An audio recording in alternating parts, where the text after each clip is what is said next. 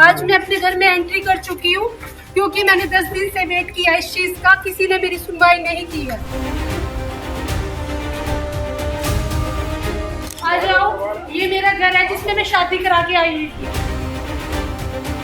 मालक अवसर की तू किस तरह मालक क्यों नहीं है मालक? मालक का मगन आप किस तरह मालक? समाज की बात सुनो। यमुनानगर जिले के साडोरा कस्बे के गांव महमदपुर से एक ऐसी तस्वीर सामने आई है जो रिश्तों की टूटन और एक महिला के संघर्ष की कहानी बयान करती है। यहां एक विवाहिता महिला पिछले 10 दिनों से कड़ाके की ठंड में अपने ही ससुराल के बाहर टेंट लगाकर इंसाफ की आस में बैठी रही। जब लगातार अपील के बावजूद उसे घर में प्रवेश नहीं मिला तो आखिरकार महिला का सब्र टूट गया और वह मजबूरन घर का गेट फांदकर अंदर दाखिल हो गई। यह मामला यमुनानगर जिले के साडोरा क्षेत्र के गांव महमदपुर का है, जहां काजल नाम की महिला अपने ही ससुराल में रहने के अधिकार के लिए संघर्ष कर रही है। काजल बीते 10 दिनों से सर्द मौसम में ससुराल के घर के बाहर टेंट लगाकर धरने पर बैठी थी, लेकिन ससुराल पक्ष की ओर से कोई सकारात्मक पहल नहीं की गई। धरने के 10वें दिन जब कोई सुनवाई नहीं हुई तो भावनात्मक रूप से टूट चुकी काजल ने घर का गेट फांदकर अंदर प्रवेश किया और हथौड़ों से मेन गेट का ताला तोड़ दिया। इसके बाद उसने अंदर कमरे का लॉक भी खोल दिया और वहीं बैठी गई। तो वहीं काजल की शादी साल 2018 में अमित कुमार से हुई थी, जो वर्तमान में इंडियन आर्मी में कार्यरत है। शादी के महज 20 दिन बाद काजल की तबीयत बिगड़ गई थी और डॉक्टर ने टीबी की पुष्टि की थी। इलाज के दौरान काजल को मायके भेज दिया गया। जब वह पूरी तरह स्वस्थ हो गई तो ससुराल पक्ष ने उसे वापस रखने से इनकार कर दिया। कुछ समय बाद पति अमित की ओर से तलाक का नोटिस भी भेज दिया गया, जबकि काजल तलाक नहीं चाहती थी। इस मामले को लेकर कई बार पंचायतें हुई, लेकिन कोई समाधान नहीं निकल सका।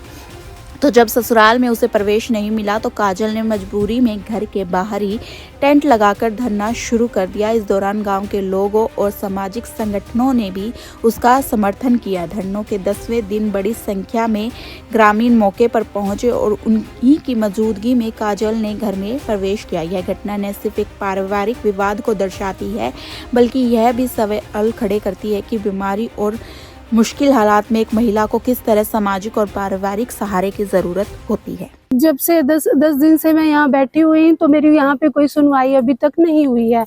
आज भी आपने देखा कि यहाँ कड़ाके की ठंड थी, तो फिर भी मैंने सोचा कि चलो यहाँ पे आएंगे, हमारी सुनवाई करेंगे, लेकिन ऐसा कुछ नहीं हुआ है सर।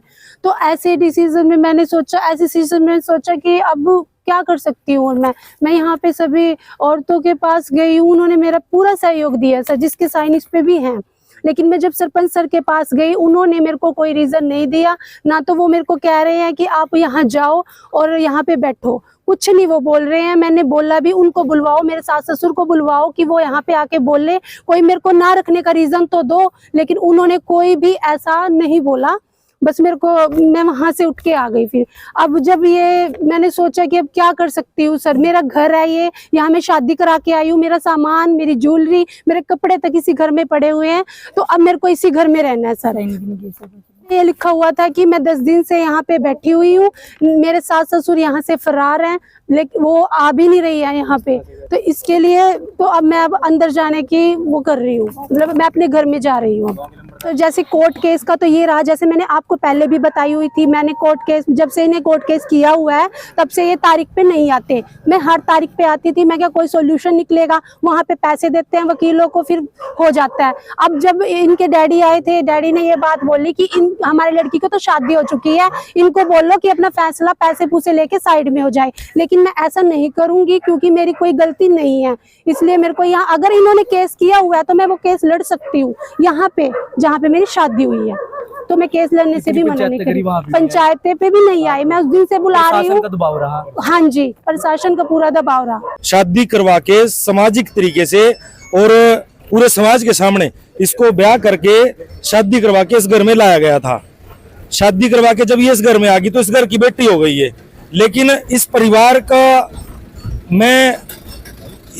की सोच को मैं बड़ा निंदनीय समझता हूँ कि कितनी इस परिवार की छोटी सोच है। अगर ये बेटी बीमार हो जाती है, मान लो अगर इनकी खुद की बेटी होती है या समाज की कोई भी, मान ले मेरी इस जो आवाज को यहाँ इलाके के लोग या महमदपुर गांव के लोग भी देख रहे हैं, अगर किसी की बेटी हो, अगर वो शादी से पहले घर में बीमार हो जाए, क्या उसको घर से बाहर फेंक देंगे?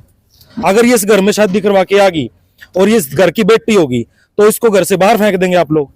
सबसे पहली बड़ी गलती उनकी ये है कि इसके जो पति है, इसका हस्बैंड है अमित कुमार, वो सरकार का मुलाजिम होने के नाते भारतीय सेना में वो कार्य कर रहा है और सेना का सैनिक होने के नाते उसकी सोच देखो कितनी छोटी है। अगर इस बेटी को कोई बीमारी होगी है तो इसका साथ देने की बजाय उस आदमी ने इसको छोड़ दिया अकेला, वहां पे लड़ने के लिए, उस बीमारी से लड़ने के लिए इसको अकेला छोड़ दिया। चलो कोई बात नहीं, ये बेटी उस बीमारी से अकेले लड़ी, इसका परिवार ने इसका साथ दिया और उसके बाद लगातार ये लोग इनके संपर्क में बने रहे, ये कहते रहे कि हम ले आएंगे, लेकिन ये नहीं लेकर आए। और जब इनके घर वालों ने बिल्कुल स्वस्थ होके, बिल्कुल लड़की ठीक होके, जब ये यहाँ पे कह रही है कि मेरे को लेके जाओ, ये नहीं लेने गए, उसके बाद लड़की यहाँ पे आई कि मैं अपने घर जाती हूँ, क्योंकि शादी इसकी यहाँ रखी है, ये अपने घर क्यों रहेगी, अपने पिता के घर क्यों रहेगी? इसके तो बेचारी के पिता भी नहीं है, मैंने सुना है कि पिता भी एक्सपायर हो गए हैं। तो ये 10-15 दिन से यहाँ लड़की कड़ाके की ठंड में बाहर पड़ी है।